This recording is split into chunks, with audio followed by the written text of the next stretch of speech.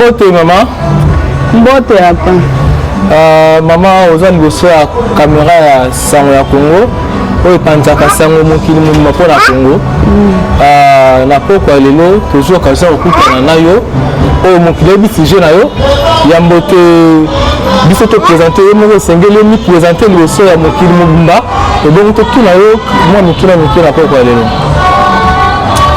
Papa nanga ngai ezopesa soni mingi na ndenge papa o ayeko bima président ya Sénat Alexis Tambwe-Mwamba. Ngai nazali kosala mosala epa na ye alinganga komi mwasi na mobali avant ekobanda olinganga abengelanga docteur ata l'état santé nanga. Après tobandi kobimaka na ye so awuti Kinshasa ake Kindu azolinganga. Naye kotombe na zemi ya mwana oyo abengisinga na Kinshasa. Abanda kolinganga ko tobandi lelo te depuis le 10 janvier 2014. Depuis le 10 janvier 2014 ndabo ande kozala na ye wana zaki ministre ya justice. Yoko ndimaki tamboma na mutema mobimba. Na bana kolinga ye po ezali kauson moko azolandanga. Kauson wana azolobelanga kolinga ye te linganga ye akangisa kauson wana na prison ya Kindu. Ndenge kauson wana lobaki ke linganga kolinga ye te akangisa ye na prison ya Kindu. Ndenga tobandi kolingana na ye kozwazie mikomi 7 mois abengisinga wana Kinshasa. Esika vwandisaki nga na Gombe na Institut Français so tokomi wana ezala batailleur na babrader bakwado otunisaka bango bi mwana mwasi abana kofanda wapi bakolakisaka abana kofanda awa me ekolekelanga mwasi na ye abetisanga nga na zemi 8 mois naye kobota mwana prématuré. Prématuré ya combien de mois? Mwana zaki na zemi zaki da 8 mois na 2 semaines. 8 mois na 2 semaines de botaki mwana na yo. Est-ce que yambo bota mwana oyo ozalaki deja na bana mosusu liboso? Nazalaki na bana mosusu te. Ngai ntango pasi eleki nga na sala video ke bato ya bonne volonté basoutenir nga na dossier oyo mpo bisika nakenda kofunda ye na tribunal mpo enfant na ngaliema ye mama Jean apesaka bato ya juge wana apesa bango mbongo ntango bamoni nga bazolobela nga moto ya mbongo basambaka na ye te. Mama mutuna mozoela nga ba avantage ni to pe biloko ni yo tambe mama alarisaki yo na liboso bokoma kobima na ye alobeli nga soki olingi nga naye nakobengana yo na mosala te nde sikoyo nga mpe na bana kolinga ayebisako soki olingi akobenga na mosala te sadi soki oboyaki olingi yango abenga na mosala discrimination. Et alors est-ce que na mosala yango ondoko basalaire aboni abanda kopesanga 500 alors okuta $500 abanda kopesanga 500 mais aza na 4 mois afutanga te atiaki na nyongo nyonso ya 4 mois esa lokola $2000. Donc andao ya mwana oyo tobeta dossier ndeko tamboma baza na nyongo ya $2000. sikoyo wana nakomi mwasi na ye alobeli nga naza ministre ya justice yaka na Kinshasa okomona pasi te sikoyo ntango nakomi awa nazozanga kimia. Nakumba ofandaki na aveni nini? Nafandaki na aveni Kauka. Aveni Kauka numéro combien? Numéro 7. Numéro 7 ezali lopango ya papa Tambwe-Mwamba. Eza lopango na ye moko. So tokei pe otuni ba brader na ba kwado ba tailleur bakolobela yo ke afandaki awa. Mama sikoyo lelo obungaki na mokili bamisusu balobi ke baleve bamisusu balobi ke okimi juste ozalaki wapi vraiment?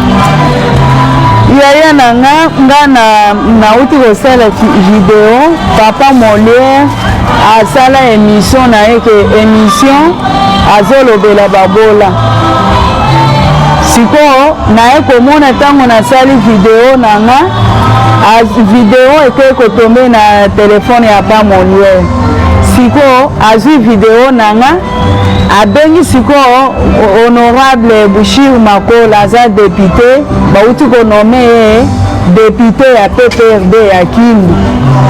Honorable nani? Bouchir Makola. Bouchir Makola. Baza président ya PPRD ya Kindu. Siko abandi kobeta libriki na papa Molière. Azolobela pa Molière ke ngai naza mwasi ya soda navanda na lopango naye kolanda soda awa na Kinshasa. Soda wana aza soda ya Tambwe Mwamba. Ndenge tobebani naye nakomi okosela patron ya mobali na ngai eza lukuta. Nde nazosenga député wana ya PPRD ya Kindu ngai natikala kovanda na ndako na ye te. Nayebi na ngai ye te. Soki soda ngai nazalaka mwasi ya soda nalingaki nafunda soda wana na auditorat nde elingoka mpe mokuma so mokolo yo tika kozala mwasi ya soda te. Ngai naza mwasi ya soda te. Soki soda wana aza abima tokende kosilana na ye na auditorat esika bafundaka basoda bazobeta masolo wana. Ngai naza mwasi ya soda ya Ntambwe Mwamba. Yo papa Molière aboti bana basi me atika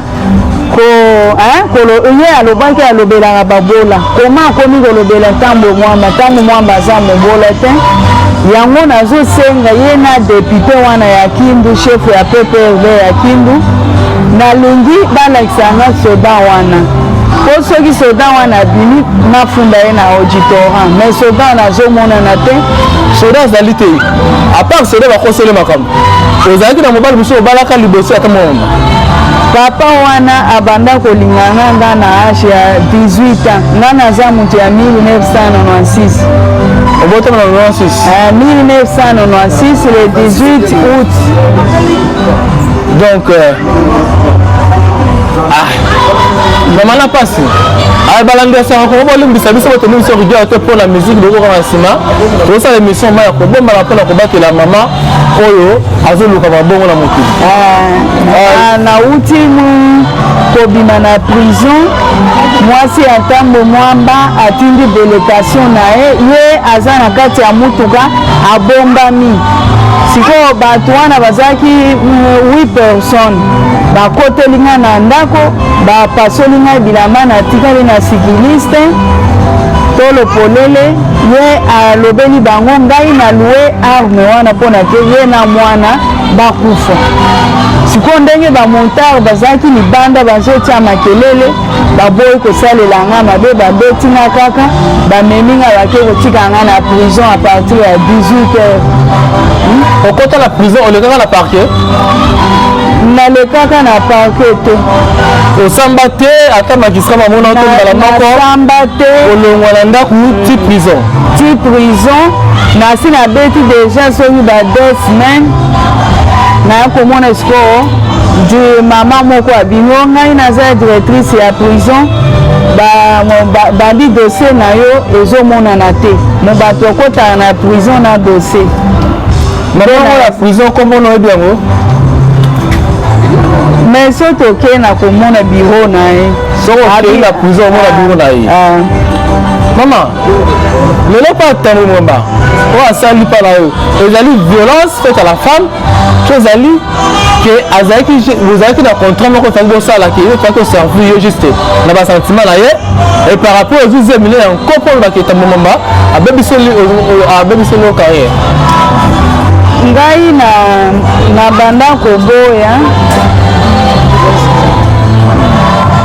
ngai na banda koboya nalinga ye alobaki ba jeune garçon baza ba aventurier il faut olinga responsable wana nde ya kofandisa bien. Sikoyo nalinga ye lisusu namemi ngambo nazozanga kimia na mwasi na ye azolobelanga yo oza lokola fourmi mobali na nga alimwisa ebele etikali moke napesa bato mbongo balimwisa yo tanto alalisa ngai na prison nabima soki nzala ezwi ngai na mwana nakomi kobima na kobanga yango nazosenga bato ya bonne volonté bosunga ngai na problème oyo naza na ndeko awa na Kinshasa te. Mama oza na ndeko na Kinshasa te sikoyo ndenge obimi na prison mokolo ya lelo okolala wapi okolia nini? ndenge nabimi na prison nazobanga kozonga lisu na ndako wana po ndako wana ndenge ye moko auti na makampagne aye kotombe ti na ndako esika nazofutela na camp Kokolo deja ebangisi nga nakokende kolala lisu esika wana ye aya lisusu na delegation mosusu nayebi te nde ezobangisa nga nakende kokota lisu na ndako wana nalala.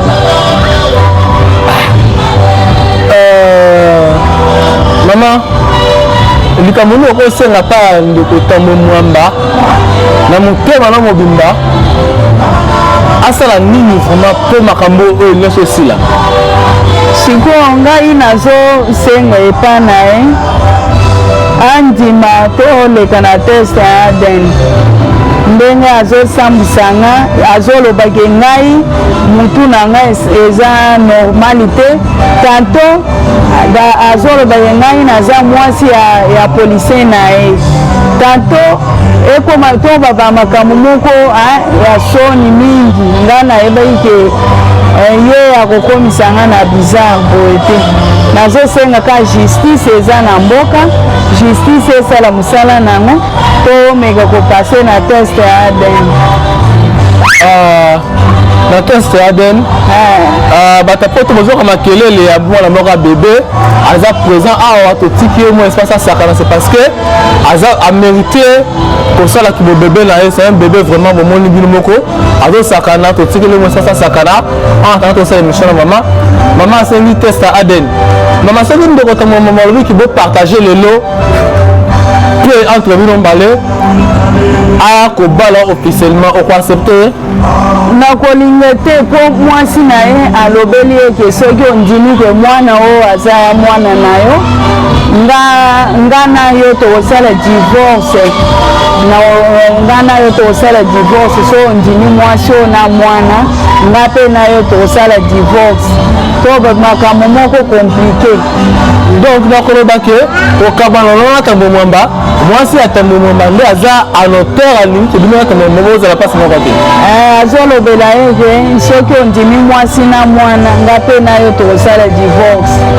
azoloba makambo wana yango nazosenga mpe auditeur général nazosenga yo vraiment auditeur général ya auditorat ya Congo mobimba nazosenga yo tala bapolisier oyo 3 policiers oyo eza mbala ya liboso te mwasi ya Tambo Mwamba atindaka bango bazala kobetanga lokola ntaba policier oyo abengamaki na nkombo ya Shabani oyo abengamaki na nkombo ya Ndondo na mosusu oyo abengamaki na nkombo ya Vincent Cardicor ya mwasi ya Tambo Mwamba bazali policier Shabani na oganga makasi policier Shabani na Ndondo policier Ndondo na policier Vincent bango nde mwasi ya Tambo Mwamba zo antete bango première fois babetanga balingi babwakanga kote ya fleuve nabikaka mpona bourgmestre ya commune ya Ngaleni deuxième tour babetisanga bake kobwakanga kote ya Ngiringi bourgmestre ya Ngiringi atunaka bango eza nini ye na mama bazowelela bafentaka bourgmestre wana esuki wana te metala troisième fois baye kolandanga lisuti na camp Kokolo baye kobetanga batikinga mutakala bake kolalisanga na prison nde nazosenga auditeur mpona bapolisier oyo bazosala sécurité epa mwasi ya Tambo Mwamba tala makambo bazosalela Naomi bien mwana Tambo Mwamba wana bozomona ye biso tozalaka bongo na nsima ya caméra mpona kopesa bino badetail commandant ya IPI brigade de garde et de protection de haute autorité de la République te rappelons que yebisa Shabani policier Shabani policier Ndondo na policier Vincent batika komelancer mama oyo aboti mwana ya Tambo Mwamba auditeur mputu oyo ya auditorat supérieur ou bien auditorat militaire ya Gombe ye nde torapele lisusu ke eza na 3 policiers bazodéranger mama sikoyo mokili wazomona yo pesa bango message moko oyo esengeli basala nini mpona yo basinga lokola boye basinga na nzela nini nazosenga bazwa numero oyo bameka kobenganga eza numero personnel eza ya whatsapp te babengelanga na numero oyo mpona ata kolia na mwana nauti prison lelo. pesa bango numero wana numero eza 097 donc topesa numero oyo en privé tokokoma tolima batanga numero te mpo toboya lisusu mwasi atambo mamba ayiba numero abenga alanda bisika ozali topesa numero en privé. bandeko balandi nyonso ya sango ya kongo bisika bozali bino bakongolais boluka biso na nzela ya sango ya kongo tokopesa bino contact ya mama na baoyo bakozala yango besoin vraiment baleka en privé numero topesa bino ngoma en privé mpona kobatela sécurité ya mama. nazosenga basi nyonso balobelaka basi batikinga bazolobelanga te bao nyonso baloba oyo tozo ministre ya genre famille alobelanga ke ntambo mwamba aza mokonzi na nga ya PPRD nakokota problème wana te yango nazosenga mama Denise Nyakero Tshisekedi asoutenir nga na problème atikanga te ye pe aza mama ya bana atikanga na mwana oyo na koperdre vie na nga likolo ya mwasi ya ntambo mwamba te. donc bandeko balandi nyonso ya sango kongo bozomona bino moko na bilili mama azomelisa mwana ya ntambo mwamba libele liboso ya télévision. c'est vraiment douleur pasi mpe na motema. mama Denise Nyakero esika ozali mama asengi soutien na yo vraiment fondation Denise Nyakero bocontacte biso na sango ya kongo tokopesa bino bacontact sur ya mama bisika azali mpo bomeka kosunga mama. mama mot de la fin na bafondation nyonso oyo babimaka biso tobatelaka basi tosungaka basi bato nyonso bayaka kodefendre basi na télévision na ya ngambu ya PPRD na ya ngambu ya UDPS ya palu bato nyonso balekaka na mokili mpona kobake biso toza mpona kobatela basi. lelo yo ozali mpe mwasi lokola bango ozali na poso ya lisunu na bango pesa bango nyonso message. nga nakendaki na fondation ya mama Denise mwasi moko aza kuna na cadre ya social abengamaki na nkombo ya mama Kati aluzolobelanga ke ntambo mwamba aza chef ya parti na nga ndenge oke kobimisa makambo ne libanda ngai tokosunga yo te. obi na fondation ya mama Denise okutaki na fondation ya mama Denise pembeni ya ambassade ya France nakendaki kuna kopesa doléance ya ebosunganga mais fiske moke moko mama Sifa mama Olive mama nyonso oyebi ya minene bakombo otoma bapesa bango message. siko nazosenga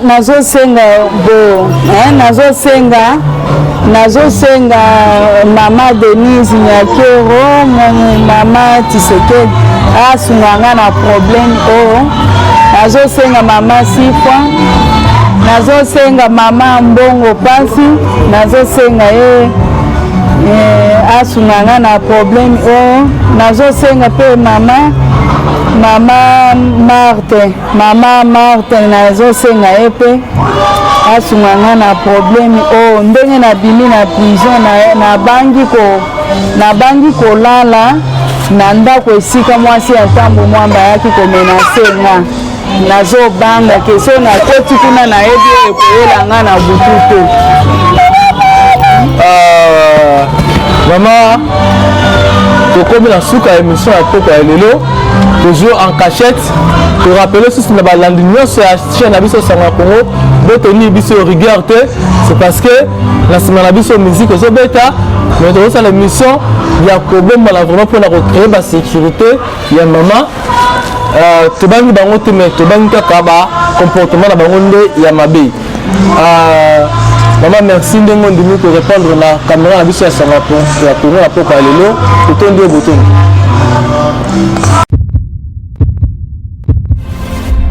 Eshima, votre magazine qui bat au rythme de l'actualité. Retrouvez la nouvelle édition exclusivité. Janine Mabunda Lioko, femme d'exception. Première femme congolaise à accéder par vote à cette citadelle imprégnable. Depuis la démocratisation de la RDC, avec l'organisation des élections générales, aucune femme n'avait occupé un poste de si haut niveau. Plusieurs fois diplômée des grandes universités, élue 2 fois députée nationale, celle qui détient la police de débat à l'Assemblée nationale ne fait pas dans la demi-mesure. Janine Mabunda, un bilan élogieux et des résultats probants. Plus d'1 an après son élection historique, Eshima Magazine revient sur les bilans de la présidente de la Chambre basse du Parlement congolais. Une administration efficace grâce à l'amélioration des conditions de vie et de travail du personnel, des réalisations législatives à foison, soutien financier aux provinces touchées par la crise sanitaire de Covid-19, accompagnement et encouragement de l'entrepreneuriat des jeunes, la loi de protection des peuples autochtones et promotion des droits des personnes vivant avec handicap, dur à cuire et intraitable pour le bien des élus, un bilan à mi-parcours plus qu'élogieux. La présidente de l'Assemblée, Janine Mabunda Lioko, restera assurément un modèle de leadership congolais. Retrouvez également l'interview exclusive de la présidente de l'Assemblée nationale. Focus, Barnabé Mwakadi Mwamba rend grâce à Dieu pour sa nomination comme directeur général à la tête de la DGI. Découverte, entretien avec le ministre provincial de l'économie et finances, Jean Mvuzingoy. Nation, 2 ans après sa création, la CNSS a conquis les cœurs des prestataires sous l'impulsion de la directrice générale Agnès Mouad Nawej. L'Alliance des kabylistes musulmans a célébré son 5e anniversaire. Économie, Boukangalonzo, le mystère d'un projet grandiose. Dossier Eshima, les systèmes politiques, anges et démons. À lire également dans les bonus du magazine Eshima. Gratuité de l'enseignement de base, un rêve d'hier pour les Congolais devenus réalité grâce à la détermination du président Félix Antoine Tshisekedi. Sonas, Lucien Boniemé et Kofo redynamise le leader des assurances. Marie Tumbanzeza, une nouvelle image de la diplomatie congolaise. Retrouvez l'intégralité du magazine Eshima dans les kiosques. Eshima Magazine, un nouveau standard d'information.